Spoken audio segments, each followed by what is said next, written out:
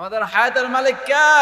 আল্লাহ। রিজিকের মালিক আল্লাহ, আমাদের সুস্থতার মালিক আল্লাহ। আমরা যা কিছু দেখি না দেখি সব কিছুর মালিক আমার আল্লাহ। আসমানের মালিক আল্লাহ, জমিনের মালিক আল্লাহ, সব কিছুর মালিক আল্লাহ।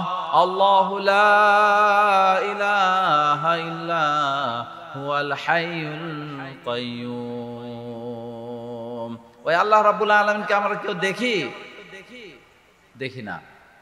কিন্তু নামাজে যখন আমরা দাঁড়াই তখন নামাজের ভিতরে এমন ভাবে দাঁড়াতে হবে যে আমরা আল্লাহ রাব্বুল আলামিনের সামনে দাঁড়িয়েছি, আমরা আল্লাহ রাব্বুল আলামিনকে দেখি না, আল্লাহ রাব্বুল আলামিন আমাদেরকে দেখেন। বন্ধুরা আমার, ঠিক না?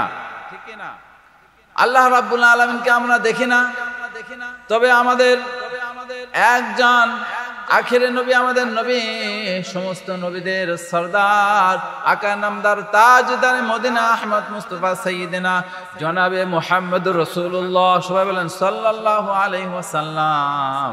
উনি সরাসরি আল্লাহ রাব্বুল আলামিনের সাথে সাক্ষাৎ করে এসেছেন, ঠিক কিনা? আল্লাহ রাব্বুল আলামিনের সাথে সরাসরি দেখা করে এসেছেন, আল্লাহ রাব্বুল আলামিনের সাথে সরাসরি কথা বলে এসেছেন। তো আমাদের পক্ষ থেকে একজন দেখা করে এসেছেন, যেই নবীকে কাফেররা পর্যন্ত বিশ্বস্ত আলামিন বলে ডাকতো, সেই বিশ্বস্ত নবী, আখিরে নবী জনাবে মুহাম্মদ রাসূলুল্লাহ সাল্লাল্লাহু আলাইহি ওয়াসাল্লাম আল্লাহ রাব্বুল আলামিনকে দেখে এসেছেন। বন্ধুরা আমার, ঠিক কিনা? তো এই আল্লাহ রাব্বুল আলামিনকে আমরা দেখি না। এক সময় এক জালেম বাদশা ছিল, আলেম ওলামাদেরকে শায়েস্তা করার জন্য, আলেম ওলামাদেরকে শায়েস্তা করার জন্য, আলেম ওলামাদেরকে সাইজ করার জন্য দেশের যত আলেম ছিল সমস্ত আলেমদেরকে ওই জালেম বাদশা ডাক দিল, সেমিনার করলো। সমস্ত আলেমরা উপস্থিত, দেশের নেতৃস্থানীয় উলামা একরাম সবাই উপস্থিত, বড় বড় আলেম উপস্থিত হয়েছে। এই জালেম বাদশা ওই সমস্ত আলেম উলামাদেরকে প্রশ্ন করল, তোমাদের আল্লাহ এখন কি করতেছে? তোমাদের আল্লাহ এখন কোন দিকে তাকিয়ে আছে? তোমাদের আল্লাহর আগে এই পৃথিবীতে কে ছিল? এই জালেম বাদশা আলেম উলামাদেরকে সাইজ করার জন্য সে উল্টা পাল্টা প্রশ্ন কোত্থেকে জানি এরকম উল্টা পাল্টা প্রশ্ন সে বানিয়ে নিয়ে এসেছে। বন্ধুরা আমার, এই জালেম বাদশা প্রশ্ন করার পর সমস্ত বড় বড় হাস্তি, বড় বড় আলেম যারা ছিল তারা মাথা নিচু করে মাথা হেড করলো, মাথা নিচের দিকে, কেউ কোনো কথা বলে না। এমন সময় সেই মাহফিলের, সেই সেমিনারের এক কোণা থেকে একটা যুবক দাঁড়িয়ে বলল, বাদশা সাহেব, আপনার প্রশ্নের উত্তর আমি দিব। বাদশাহ হতাশ হয়ে গেল, 200 হাসান সাদিদান, সে হতাশ হয়ে গেল। দেশের নেতৃস্থানীয় উলামা একরাম এখানে হাজির, কেউ কোনো কথা বলে না। এই যুবক আমার প্রশ্নের উত্তর দিবে। বাবা যুবক কাছে আসো। এই যুবককে বাদশা কাছে ডাকলো। বাদশা কাছে ডেকে যুবককে বলল, বাবা যুবক তুমি উত্তর দাও। বাদশাকে বলল, বাদশা সাহেব আমি উত্তর দিব, তবে আমার একটা কথা আছে। কি কথা? যুবক বলল, বাদশা সাহেব আমি তো উত্তর দিব, তবে আপনার যে সিংহাসনটা আছে, আপনার যে চেয়ারটা আছে, এই চেয়ারটা আমাকে ছেড়ে দিতে হবে। এই চেয়ারে বসে আমি সবার সামনে উত্তরটা দিব। বন্ধুরা আমার, বাদশা চিন্তা করলো, ছোট্ট ছেলে, সে একটা আবেদন করেছে, আবদার করেছে, চেয়ারে বসে, আমার চেয়ারে বসে উত্তর দিবে, আমি চেয়ারটা ছেড়ে দেই। বাদশা চেয়ার ছেড়ে দিয়ে ওই যুবককে চেয়ারে বসালো। যুবক চেয়ারে বসেই বাদশাকে বলল, বাদশা সাহেব আপনি প্রথম প্রশ্ন করেছেন, তোমাদের আল্লাহ এখন কি করতেছে? প্রথম প্রশ্নের উত্তরে যুবক দিয়ে দিল, বাদশা সাহেব প্রথম প্রশ্নের উত্তর আপনি পেয়েছেন কালামে পাকের দলিল কুলিল্লাহুম্মা মালিকাল মুলকি তুতিল মুলকা মান তাশা ওয়া তুইজ্জু মান তাশা ওয়া তুযিল্লু মান তাশা বিয়াদিকাল খায়র ইন্নাকা আলা কুল্লি শাইইন কাদির। আল্লাহ রাব্বুল আলামিন যাকে চান ইজ্জত দান করেন, যাকে চান বেইজ্জত করেন, যাকে চান চেয়ার থেকে নামিয়ে অন্যজনকে চেয়ারে বসান। কে? আল্লাহ। আল্লাহ রাব্বুল আলামিন আপনাকে চেয়ার থেকে নামিয়ে আমাকে চেয়ারের ভিতরে বসিয়েছেন। আল্লাহ রাব্বুল আলামিন এই মুহূর্তে এই কাজটা করলেন।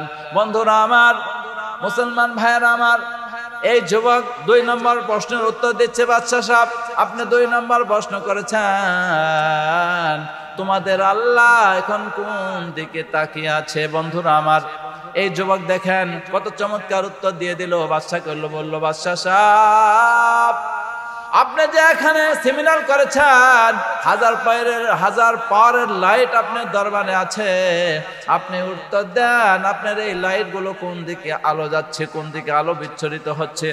বাদশাহ আশ্চর্য হয়ে গেল। যুবককে বলতেছে, যুবক তুমি কি প্রশ্ন করলে? লাইটের আলো আবার কোন দিকে যাবে? লাইটের আলো তো ডানে বামে ওপরে নিচে সব দিকে আলো একসাথে বিচ্ছুরিত হয়। আলো একভাবে সমানভাবে আলো সব জায়গায় পৌঁছে। বাদশাকে বলল, বাদশা সাহেব আপনি জেনে রাখেন, 2 নম্বর প্রশ্ন করেছেন, তোমাদের আল্লাহ এখন কোন দিকে তাকিয়ে আছে? আমাদের আল্লাহ এখন আসমানের মধ্যবর্তী স্থলে, আমরা যেরকম ভাবে আমাদেরকে আল্লাহ রাব্বুল আলামিন দেখতেছেন, তদ্রূপ ভাবে সমুদ্রের নিচে যদি একটা পাহাড় থাকে, সেই পাহাড়ের ভিতরে যদি একটা পাথর থাকে, পাথরের ভিতরে যদি একটা পিপিলিকা বসবাস করে, একটা পিঁপড়া যদি থাকে, ওই পিঁপড়া কিভাবে চলাফেরা করে, হাঁটা চলা করে, পিঁপড়ার পায়ের আওয়াজ পর্যন্ত আমার আল্লাহ শুনতে পান। বন্ধুরা আমার, 2 নম্বর প্রশ্নের উত্তর দিয়ে দিলেন। 3 নম্বর প্রশ্ন বাদশা সাহেব আপনি করেছেন, তোমাদের আল্লাহ আগে এই পৃথিবীতে কে ছিল? এই পৃথিবীতে কোনো কিছুই ছিল না, একমাত্র আল্লাহ রাব্বুল আলামিন এই পৃথিবীতে শুরুতে ছিলেন, শেষে আল্লাহ রাব্বুল আলামিনে থাকবেন, সব কিছু ধ্বংস হয়ে যাবে। বাদশা সাহেব সংক্ষেপে আপনাকে একটা প্রশ্ন করি, আমার প্রশ্নের উত্তর দেন। 10-এর আগে কোন সংখ্যা? বাদশা সাহেব বলল, আরে যুবক, 10-এর আগে 9, 9-এর আগে 8, 8-এর আগে 7, 7-এর আগে কোন সংখ্যা? 6, 6-এর আগে কোন সংখ্যা? 5, 5-এর আগে কোন সংখ্যা? 4, 4-এর আগে 2, 2-এর আগে 1, 1-এর আগে বাদশা সাহেব কোন সংখ্যা? বাদশা বলল, যুবক 1-এর আগে তো কোনো সংখ্যা নেই, 1-এর আগে হলো 0। বাদশাকে বলল, বাদশা সাহেব আপনি জেনে রাখেন, এই পৃথিবী 0 থেকে হিরো, এই পৃথিবীর শুরুতে আল্লাহ রাব্বুল আলামিন ছিলেন, লাস্টে শেষেও আল্লাহ রাব্বুল আলামিন থাকবেন। তার দলিল কুলিল্লাহ লিমানিল মুলকুল ইয়াউম। আল্লাহ রাব্বুল আলামিন কালামের পাকে ভিতরে বলেন, লিমানিল মুলকুল ইয়াউম লিল্লাহিল ওয়াহিদিল কাহ্হার। পৃথিবীর সব কিছু শেষ হয়ে যাবে, আল্লাহ রাব্বুল আলামিন, জিবরাইল, আজরাইল, ইসরাফিল, মিকাইল, এই 4 ফেরেশতা থাকবে। আজরাইলকে বলবে, আজরাইল পৃথিবীতে কারা বাকি আছে? আজরাইল বলবে, আল্লাহ আমি আছি, মিকাইল আছে, ইসরাফিল আছে, জিবরাইল আছে, 4 ফেরেশতা বাকি আছে, আমি সহ 4 ফেরেশতা বাকি আছি। আজরাইলকে বলবে, আজরাইল সবার জান কবজ করো। সবার জান কবজ করার পর আজরাইলকে জিজ্ঞাসা করবে, আজরাইল এখন কে বাকি আছে? আজরাইল বলবে, আল্লাহ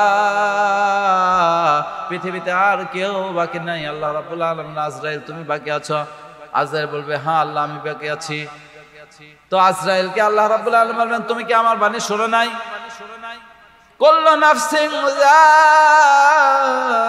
যায়িকাতুল মাউত, যার জান আছে, যার প্রাণ আছে, তাকে মৃত্যুর স্বাদ আস্বাদন করতে হবে। বন্ধুরা আমার, এরপর আজরাইলকে আল্লাহ রাব্বুল আলামিন হুকুম দেবেন, আজরাইল তুমি তোমার জান কবজ করো। বন্ধুরা আমার, মুসলমান ভাইরা আমার, এই আজরাইল নিজের জান কবজ করতে গিয়ে যে পরিমাণ কষ্ট এবং যে পরিমাণ শাস্তি হবে, যে একটা চিল্লান মারবে, যে একটা আওয়াজ করবে, বিকট আওয়াজ, এই আওয়াজ যদি এখন আমরা দুনিয়ার মানুষ শুনতে পেতাম, দুনিয়ার মানুষ যদি এই আজরাইল জান কবজ করবে, নিজের জান টেনে বের করবে, নিজের কলিজা থেকে নিজের জান টেনে যখন বের করবে, আজরাইল নিজের জান যখন নিজে বের করবে, এমন কষ্ট হবে, এমন চিৎকার দিবে, সেই চিৎকার যদি দুনিয়াবাসী এখন শুনতো, সমস্ত দুনিয়াবাসী, সমস্ত দুনিয়ার মানুষ, সমস্ত পশু পাখি যা কিছু আছে সব কিছু হতভম্ব হয়ে যেত, তারা বেহুশ হয়ে যেত। বন্ধুরা আমার, আজরাইল শেষ হয়ে গেল, এরপর শুধু আল্লাহ রাব্বুল আলামিন এই পৃথিবীতে একটা আওয়াজ দিবেন, লিমানিল মুলকুল ইয়াউম, আজ এই পৃথিবীর রাজত্বের মালিক কে? কই তোমরা রাজা বাদশা যারা দুনিয়ার ভিতরে তাকাব্বুরি করতে, অহংকার করতে, দাম্ভিক্য প্রদর্শন করতে, কই ফেরাউন, কই নমরুদ, কই হামান, কই কারণ, তোমরা কোথায়? কই বস তুই দুনিয়ার ভিতরে, পুরা পৃথিবীর ভিতরে রাজত্বের ক্ষমতা দেখাতে, কই তুই বস, কই আছিস, কই? তখন কোথা থেকে কোনো আওয়াজ আসবে না। আল্লাহ রাব্বুল আলামিন বলবেন, লিল্লাহিল ওয়াহিদিল কাহ্হার, কোথাও তো কোনো কিছু নাই, কোনো আওয়াজ, কোথা থেকেও কোনো আওয়াজ আসবে না, একবারে নীরব নিস্তব্ধ। আল্লাহ রাব্বুল আলামিন উত্তর দিবেন, লিল্লাহিল ওয়াহিদিল কাহ্হার, এক পরাক্রমশালী আল্লাহ রাব্বুল আলামিনের এই রাজত্ব। বন্ধুরা আমার, আল্লাহ রাব্বুল আলামিন আমাদেরকে আমল করার তৌফিক দান করুন।